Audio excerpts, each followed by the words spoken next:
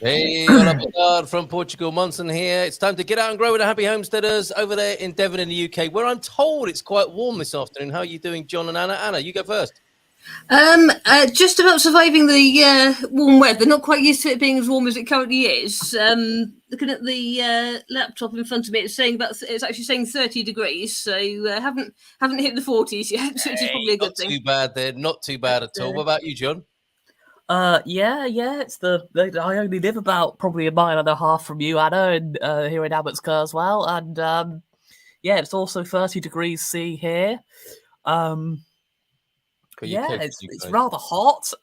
There's quite a lot less ice cream in the world now. And than there was a couple of days ago, to be honest. But yeah, and I know up in like London and the southeast where it's really hot up there. It's like into the high 30s and even the early 40s up in other parts of the UK, which is not really ever happened before. Certainly not into the 40s anyway. Absolutely. Well, let's see what head gardener Lee McGrady has to say about that, because he will have experienced a few high temperatures in the UK. What's it like in Lisbon, first of all, Lee? It's quite nice today. Late 20s, 28, 29. Nice breeze. Right. Perfect. And the highest temperature you remember working in the UK? Oh, God. It'd be early 90s. We had a bit of a scorcher, didn't we? It got up to around what it is now. Early 30s. But it's always cooler in Manchester. Oh, it's cooler in Manchester in every respect. We have some special guests today. And they've had quite a time of it in the last few days. Mareile and Isabella talking to us from the Miracle of Palmela, as it is known. You've had a difficult week, haven't you there? Thank you so much for joining us this week. Mareile, welcome. Thanks for joining us, Happy Homesteaders and Get Out and Growers today. How are you after what happened last week?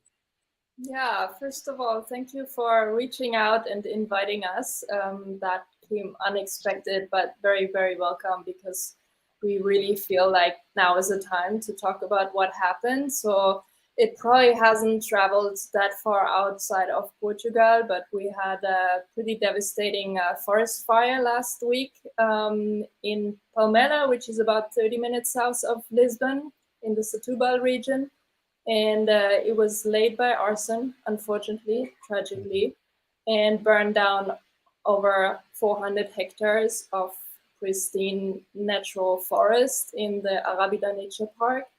And amongst that was our food forest and that of our dear neighbors. And Isabella and her husband are part of our project. They have a pilot project on regenerative agriculture and food forestry. And yeah, we've spent a week in stress and hectic and restoration and, mobilizing people, forces, trying to recover from the shock, really. Yeah, I'm sure. We're so sorry to hear about what happened, and we're going to do our best to help you today. We've put the GoFundMe link in. John, Anna, Lee, and myself will have a few questions for you, but I want to share the pictures, if I may, that you have on your GoFundMe.com/the Miracle of Palmela Fire Relief Help, if people do want to help, or even have a look at some of those pictures while we're talking this evening. Is this the right link for you as well? Good evening to you, Isabella. Yes, good evening. Hi. Okay. Yes, that's all right. It's wonderful what you're doing. You've got a YouTube channel and you've got the Instagram account here where people can look at what you're doing. And I suppose the regenerative work you're doing has gone into I can't remember the word you just used, Mareile, but you've gone into you've had to step backwards before you go forwards into the regeneration or renovation. I think that was the word you used. So it's gone from restoration, and then we can go back to some regeneration, because that's the spirit of the work here, isn't it? And if I can show some photographs of what you've been amazed. I'm amazed with how beautiful. Well, I shouldn't be, really. I mean, this is a scene. That you could think was in central Portugal. It happens to be in the Arrabida National Park, which I'm a huge fan of. And that's what, 10 days ago, a week ago, it would have looked a little bit like that. Yeah, the fire was on Wednesday, so that's just before that day. Wow. Okay, and then that's an aerial view from your drone, and that's looking pretty lovely. I think you've cleared quite a large area of land to make this possible. How much hard work went into that bit? my husband should be here, and her husband, really, because Right. there is no real road access to the land at all. So Right. everything, all of the 1.2 hectares that have been reforested by hand and brush cut it with a manual rosadora, and I don't know how many tons of earth they were digging out and schlepping down trees and seedlings, and it's been a tremendous amount of physical work over the last 2.5 years when we started. Absolutely. Well, Lee will, I'm sure, have some sense of the amount of hard work you've put into that. And then, of course, it grew to this. What's the date stamp on that particular one, would you say? This is 4 weeks after we started the food forest in the bottom part of the land. Okay, and that's was that a couple of years ago? Do I remember reading? So this is last year. So basically, last year, this is a funny story, because last year in summer, Isabella and Matthias approached us with Regen Waves and said, we're really looking for a pilot project for a piece of land where we can implement our lab forest. And we gave them the piece of land, and they started planting in the middle of July in Portugal. And we're like, yeah, right, guys, you have a lot of theoretical knowledge, but let's see how that pans out. But those guys are real geeks. Like, they're like scientific to the level that it's fully over my head, and big hard workers. And what you saw right there on that picture before was 4 weeks after they started planting. Really? We had cabbages that size. They had How big? Sorry, I couldn't see your hands there. Did you say? Yeah, like, fisherman's type. Fish and cabbages. Fantastic. Superb. Cabbages, zucchini, planting in abundance. It's really look at that. It's so beautiful from the air there. So enough to eat by the look of it there. And the keywords here are food forest, permaculture, presumably. And then is this after where there's more growth around to protect that growing area? Is that the sequence? Yeah. So the central part where it looks a little bit greener, that's the food forest that we started earlier, where we planted 80 fruit trees, and in between, so every 4 meters there's a fruit tree, and in between every fruit tree there is, I don't know, hundreds of bushes and little trees grown from cuttings, from stackage, and from seeds. It's incredible. A lot of green, and it grew so fast that it's mind-blowing, especially the willows and the poplars. Literally planted sticks into the earth. Yes. You cut a stick, put it in the earth, and it sprouts, and a year later you have a tree that you think, how did that get here? It's a miracle. It's a miracle, I tell you. Okay, so lovely, just lovely, says Anne McKenzie. Thanks for joining us tonight, Anne. We've also got Fiona. Thought I'd just mess with you all and watch on YouTube. Evening all. So sorry to hear of yet more fires. Thanks for joining us. So tonight we've got Deagle in from Belfast. High 20s over there. Go steady, mate. Suzanne Derringer over there in the United States. Botard, sorry, I'm tardy. Jason Hall, usually from his Quinta in Portugal, reporting in from sunny Winchester in the UK. Nice and warm for you. OLP, the clue is in the Oregonians there. Hi, Coley, Anna and John. I'll extend that to you, our lovely guests tonight, Isabella and Mareile this evening. Thank you, OLP, for being here. Paul, Louise, Lottie, I think this chimes with what the message you sent me earlier on, Louise, which I'll come back to. Botar Toros, CPL. Who's CPL? I forget now, but Botar Toros. And we'll go back to these amazing pictures now. Okay, so there we are. We've set the scene. A beautiful, idyllic situation. Nice little plunge pool there. Some incredible four weeks of growth there. Cabbages as big as your head. Some more forest food and forest growing here. And an aerial view of the devastation after the fire. Before we say more about that, I think John's got a question. Go on, John. Yeah, I was just wondering if you have any cameras for filming wildlife and for safety and so on, that could also be used for security, and how is it possible to recover the film from those cameras so you can catch these, or You're help the talking about police the catch these very arsonist. evil people that have set your lovely place on fire? The arsonist, yeah. And unfortunately, the arson wasn't laid on our land. Actually, it was laid on the other side of the castle of Palmela in a completely different region. And they did catch one of the guys. There were three, from what we know, there were three guys that were they were crazy, with torches, screaming and throwing around gasoline and a big wooden cross. And one of the guys got caught right away by a local who just kept him and said, "You're staying here until the police comes." Two they're still looking for, but yeah, it was the hottest day of the year. It was super windy, and It was a perfect setting for them to meet this crime. Yeah, perfect storm for terrible wildfires. Absolutely. Suzanne saying, yeah, this is really criminal. What a fantastic job you did there. So let's find out more about that and what happened. We have the aerial view there. And then the fire began. And this is one of the most shocking pictures. I think this is where I first found out about what you were doing, Mareile. This is your husband, Mathieu, I think, looking at the fire making its way towards your home. Yeah, this is last Wednesday, was it? Yeah, this is last Wednesday. This is Mathieu standing on the edge of our land and just watching it all go up in flames. So we have fringing the land. There's a lot of cañas, giant reeds. And the giant reeds, while they're beautiful protection from our land against neighbors or whatnot, they're also an invasive species that grows a lot. And of course, that stuff goes up in flames like, matchsticks. This is the canna, is it? We call it canna as well. Yeah. It's like bamboo filled with flammable material, basically, isn't it? Oil filled bamboo. Crazy. We have video footage of all these 15-meter high flames shooting up so much smoke, and then the bomberos, the firemen with the airplanes were coming and dropping there what looked like huge amounts of water, and it just looks like a little trickle that evaporates on the air. It's so devastating. Also, what happened was that the firemen in Palmela ran out of water while the fire was happening. So that was another moment of just pure desperation, where you're there and you have this hope of the firemen are here, maybe they can help, maybe they can save. And then after 15 minutes, 20 minutes, they're like, sorry, we don't have pressure, we don't have water anymore.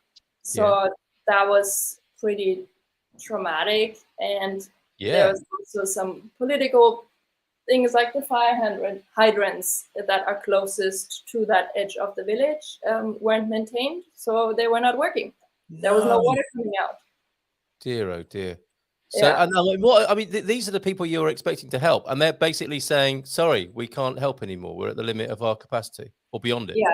Yeah. So the Camera of Palmela has been somewhat helpful. They've tried, but we needed to do a lot of self-mobilization and pressure, and having friends that are connected, that were calling people and say like, hey guys, you got to go and you got to walk around and see what they need and see if they need help. So where we had a lot of help was from the scouts.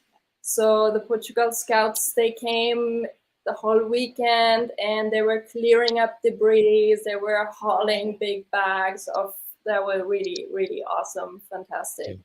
Yes, well, we've heard about this. We've got a great friend of the morning show who's part of the scouting movement, and he said it is part of the infrastructure in Portugal, isn't it? The army, the police, the bomberos, the scouting movement, they all work together, don't they, with the civic chain of emergency responses, I guess. So I'm glad to hear that. So let's have a look then. We'll go back to Mathieu, looking at what's coming your way. And then what happens after this is this sort of devastation. It reaches your land. Is that your outside kitchen, did you say? Yes, that's what used to be our outdoor kitchen. Unbelievable, right? And so by this point, you're evacuated. Well, I guess if you're, did you evacuate? Did you leave the land? Yeah, Mathieu was actually down on the land until the very, very last minute, where the bomberos were, both Matthias and Mathieu were down on the land trying to empty all the water, that beautiful water tank you saw in the beginning. Yes. We have a hose connected to it so we can empty it, and they were just trying to wet and water as much as possible, 5,000 liters on, we have a little wooden house, on the land, on the edges of the land. And the police were yelling, and they were trying to, like, you have to come down, we're gonna get you, So they were really standing there until the last minute, and then all there was left to do was stand on the edge and watch. Must have been devastating. Yeah. I can feel it now. I mean, how awful is that? That's you're feeling like that's your life's work there, and it's going up in smoke in front of you, and you're doing your best, and you can't do any more than that. So there was your outdoor kitchen. This is a temporary dwelling, somebody's caravan. Look what happens to a caravan in these conditions. And in the distance there, I mean, you're seeing the sense of devastation in the hillside, right? Yeah, the whole area got really, really burned. Incredible. And then another view there, that's with some of your vegetation still almost surviving that. But what a horrible scene that is. And then a long shot. That's your valley, presumably, is it? This is our neighbor's land. So we have right next to us, there's another lovely Portuguese-Spanish couple that have had their food forest for longer than ours. They have 5 hectares that they've been maintaining. And we actually learned a lot from them because they had a more advanced system and they got hit super hard. I mean, that's basically the view on their land. They had goats, they had animals, they had a lot of really old trees, and that compared to them, we really feel like we're really lucky. Yeah, we got away lucky. Their land. And how are they? Where have they gone now? What can be done to help them? They're included in our fundraising campaign. So we decided to, rather than just asking for ourselves, because we have a pretty good international network, and so we decided to pool all of us who got hit by the fires, Matthias and Isabella, us with our land, Juan and his wife that were living in the caravan, and our neighbors, and hopefully in extension also the neighborhood in the village. There was still some vegetable gardens left and right. So we are hoping that, if the funding continues as it does right now, it looks really good, that we'll have some extra money to also put into, awareness raising campaigns, working with the local Cámara, and just using this momentum of, that's why we call it the Miracle of Palmela, because it's very visible piece of land. It's this little strip of green in the middle of black, and villagers are talking about it. They're like, look at that. Why did that stay green? So it's a really, really good moment to pick up on and to try to raise awareness and tell more people about food forestry, syntropic farming systems, and just alternatives to planting, eucalyptus and pine trees and monocultures. Any type of monoculture, really. The disaster of monoculture. Okay, I'm sure my colleagues have questions here. Thank you for going through that. Sorry to put you through that again, but it seems quite important to share this with other people. So I do appreciate you having to sort of relive that. And how difficult that must be, and I hope that's we can put that to good use, what we're creating and sharing tonight, and that you can see that there's a GoFundMe.com there. If you cut and paste that link, you're going to be able to help these folks and the neighbours and the general trend or momentum that Mareile was talking about there. Lee, John, Anna, any questions from you?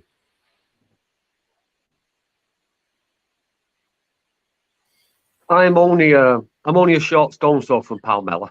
I know the area quite well. I've walked in the hills a lot. It's devastating to see what's happened, and my thoughts go out to you. But it is the opportunity for a new start, and the land is now clear officially. So, do you have any plans? Are you already setting plans for the future of what you want to plant and what species of trees you're going to develop in your own land? Yeah, I think there's two. I'll let Isabella speak from the food forest, the more scientific side, and just quickly say from our side, because a lot of the cañas got cleared now, but they're already coming back. We're already seeing little green shoots. Those little buggers, they're, as much as we appreciate the growth of nature, if we don't do something now, they're going to take over rather quickly. So a really good way to combat the canyons, and instead of going in with chemical fertilizers or something crazy that we don't want to do because we're in the watershed, is to plant lots of willows and poplars that, as we said earlier, grow quickly and easily, especially when they have water from cuttings. So that's what we're trying to implement on the edges of the land quite rather quickly to get this system going. And from the food forest side, from our food forest side, it's funny that you're mentioning the cannas, because yesterday we found some chards sprouting in the middle of the ashes, which was crazy. They are insistent. They are insistent. Yeah. Little buggers, as you call them, Mareile. So I think from our side now, what we're going to do is so every plant, actually, even when it gets cut, if the root system hasn't been attained too much and there's still like some life in the soil, which is the case in our areas, they tend to grow back, right? So nature is resilient that way, and we have to be resilient for it as well, because that's our role really for nature. Our role is to be protectors of nature, right? And help it thrive. So from our perspective right now, we're going to go in and we're going to collect all the data and really see, if there are any species that have really been lost, because we have trees there that we call them climax trees, that are trees that are supposed to be in the system for about 200 years. And they are probably going to be, we want to make sure that their root system has been protected. Yeah. And if not, then we're going to write all of that down, and we're going to go in with a new design on top of what we already have, because the natural capital or the life capital that we have built over a year in that area is really high. So that's the beauty of abundance, right? Because we have so many species there. The soil in itself is really rich now. So we're really excited to see. If they say when life gives you lemons, make lemonade, right? So we're going to try to make huge lemonade out of this, and really try to go in with a better design, and even see how that's going to go even faster. Okay, so pioneer trees of willow and poplar. And the thing you were talking about there, the geekiness, I think that Mareile was talking about before. These sorts of measurements and research, what are you actually doing? Your soil samples, video, photography, you're documenting all of this, are you? Yeah, exactly. So we have everything from the design stages all the way to, soil samples, and, our design and like how fast that's growing, what is working, like the water that we've been using. So all of that has been documented, and we have projections as well. We have projections for the project that was implemented 1 year ago, and how that should develop in 2, 3, 4, 5 years, up to 10 years. So we have all of that. But now we're going to have to readapt, right? Because we had it intended for one thing, and now we're going to have to go in and like rethink that and recalculate all of this. It's amazing how you're adapting. So you'll do the measurements, you'll observe what's gone on, and adapt and flex and pivot as necessary. Yeah, you have to be, right? Nature is very resilient. Nature wants to regenerate. So every apple that you eat, how many seeds do you have? Oh, yeah. So it wants to grow. It wants abundance. Nature is all about abundance, and we have to be with nature. I love it, Isabella, how you are not beaten by this. And as Lee said, the ground is cleared, isn't it? What Fiona's asking on that basis, will the burnt debris act like biochar and feed the soil? Exactly. Is that it will do, will it? Yes, exactly. So that's kind of exactly what we're looking for right now. It's how to use that biochar into the new design, and really collect that data. So yeah, I'm not the most of the geeks of them all. I'm the spokesperson. This is the one that people can actually understand. Yeah, I'm the one that actually synthesizes information. Oh, so important. The interface, the translator of this, amazing. You're like the edge between permaculture zones, aren't you? With it to help translate what's going on. Love your can-do attitude, says Anne. Permaculture is all about finding solutions to grow abundance. May you be very successful. And Fiona, so lovely to see how resilient you are. despite such a dreadful disaster. Send love to all of the families involved. While we're there, just a couple of fire safety notices. Louise saying we packed our grab bag last week just in case one of our neighbours has been fined for not removing large pine trees that were close to the only road into our village. The camera removed them. So excellent. Have your grab bags ready. We talked to Lee about this before. Have your grab bags ready in the event of fire. Be prepared. Stay alert to what's going on. And with people who own horses, it's some of the terrible situations with animals, but specifically with horses here. Fiona says, if anyone like these people and their fantastic project have horses in central Portugal, they may wish to join the equine evacuation group, which has been formed. Please post a link for that, Fiona. Any more questions, Anna, John, or Lee? Thank you, Lee, for that earlier question. I'm not surprised you asked that about what's coming next. Anna, have you got something?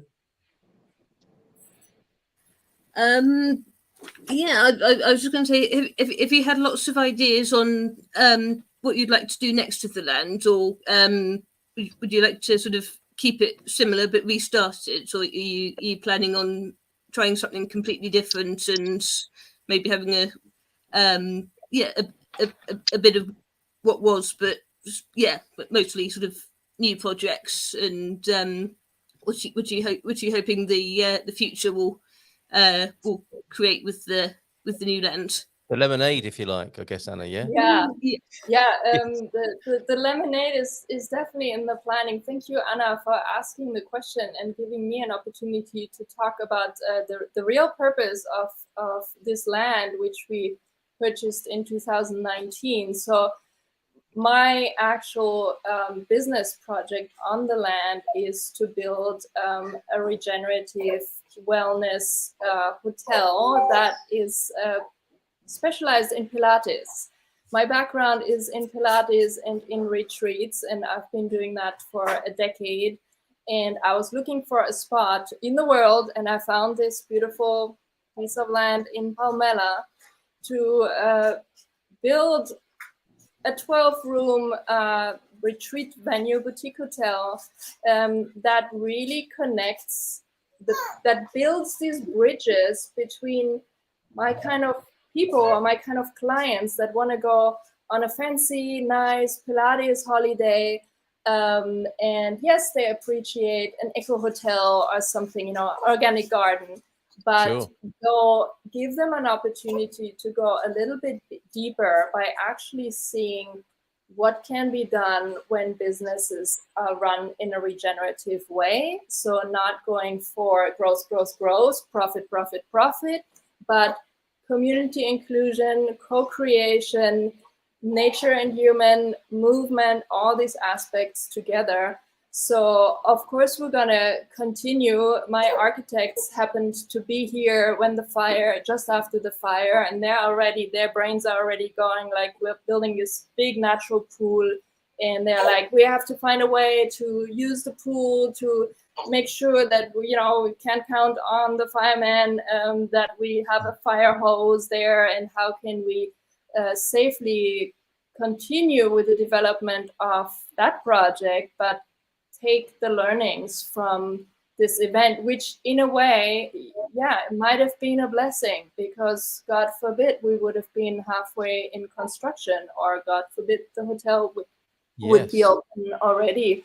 So lots of learnings, and with the help of Regen Waves, we'll continue to collaborate. They're taking on the regenerative nature aspect. I'm really working on the human aspect, trying to get people to collaborate, understand what they can bring to any project in the world. So we get away from this, I'm the guest, I'm here to pay, and you're here to give me a nice service, but to find ways for people to take ownership of all the places where they are, especially in tourism. Amazing. So, and how do you rate Portugal as a backdrop for that? I think Portugal has a lot going for it. That's why we also ended up here. We were in Turkey 7 years before that, and in Hong Kong before that. So we've really lived in a lot of different places in the world. And Portugal has, there's the obvious aspect, I think, where you are in Portugal, and well, Lee is in Portugal. The Lee weather is is nice. Yeah. But the people are amazing. There's a lot of encouragement for such kind of projects. I think there's a momentum going, and of course mixed with the popularity of Portugal as a tourist destination, I think the Portuguese government and Turismo Portugal really also see the opportunity they have to go in this direction, despite sustainable tourism being on everybody's top agenda, but also really working on making this work and not ending with a greenwash version of sustainability. Well, yes, the 2.0 or 3.0 of environmentalism and the green movement that we so need right now. Fiona saying, who is the little wildling who thinks there's too much chat and not enough attention being paid to the most beautiful part of the room? That would be Isla, right? Isla, special guest tonight on the show. Yes. Hello, little Isla. And Eric is in from Mexico. Look at this. Hi, all. Sorry for being late. You should rewatch this, Eric. Amazing project. Mareile and Isabella and Isla here. And partners Mathieu and Matthew as well. 2 Matthews, I think. Yeah, we have a Matthias and a Mathieu, and they're both crazy. So. Yeah. Well, thank you so much for being here. Let me put up the GoFundMe link again. Any more questions from the Get Out and Grow gang here before Mareile and Isabella go back to the land, I suspect, and other contacts? Go on, Lee. Just one more quick one. After watching the news this last week, we've decided to rig up a system on our top terrace that's hopefully going to defend our house in future if we ever get unlucky enough to be in your situation. We've been out and bought a little pump from the pool, and we're laying up agricultural sprinklers on the top platform that are going to spray over the house. Hoping to be able to shift 25,000 litres that's in the pool in about 3 hours using the pump system, or 4 hours. When you rebuild, you're going to plan in a sprinkler system that's going to protect your property as well? Or is that not part of your plan at the moment? We have to see. It's definitely going to be a talking point now, a more serious one. Building a hotel that is official already has a certain set requirements that we need to adhere to anyways. But of course, it's not even so much just going for the water and the sprinkler system. It's really thinking also holistically, what kind of materials are the fire retardant materials, in not just by statistic, not just by EU standards, so you get your certificate and your license, but what other ways can we implement in architecture in general in the world to be more proactive and more preventive for natural disasters of any kind, well, man-made disasters of any kind. I think that's something that really needs to be looked at in the future more and more, going beyond the obvious and saying what else, just like we got away from just installing air cons everywhere, but architects are started saying, okay, before we go for the air cons, how can we actually design a building that it shelters from the sun at the right time of the season as much as possible? So these kind of thoughts for sure are going to be a big part of the process now. And together with our Portuguese partners, project managers, architects, more things to think about. Absolutely. And the name of that project will be Calm Portugal, will it? Calma Portugal. Calm Portugal is the website for my Pilates hotel. And are you working with Chartan on the architect? No. Can we give a shout out to your architects who are obviously very advanced in their thinking? Well, you can give a shout out to my brother, who's the architect. So I'm a lucky one. I have my German architect at hand, but our Portuguese counterpart is Ana Timoteo, and I will find you her web address so you can post it. Just give me a second. Thank you so much. Well, we wish you the absolute best of luck in your restoration and renovation, so you can get back to the business of regeneration.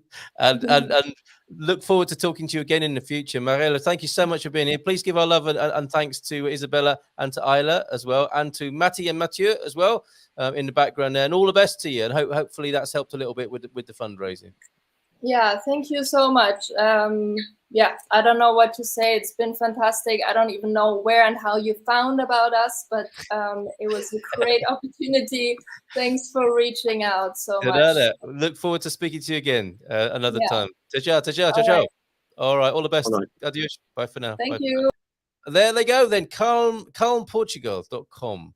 Mareile Paley, paleography. There's a number of connections to both Isabella and her Mathieu, and Mareile and her Matty or Mathieu, whichever way around it is. But do get in touch. And the most important one probably at the moment is the GoFundMe.com there. What do you think about that, folks? Quite amazing, eh? And quite inspiring how they're responding to that. Yeah, superb.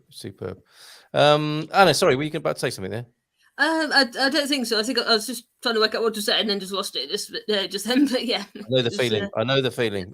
Lee, a little reminder from Eric: don't forget to have a check every so often to see if your pumps still work, and be sure to have electricity on them at all times. Perhaps a solar battery. Paul and Louise and Lottie, our plan B in case of fire is to hide in the bathroom in the oldest part of the house. 1 meter thick walls and access to water. Well done, Lee. Avoid relying on mains power for such a pump. Often the electricity is cut quite some time before the fire arrives. So all of that we thank you for. Paul, Louise and Lottie, best wishes to them all in Palmela there.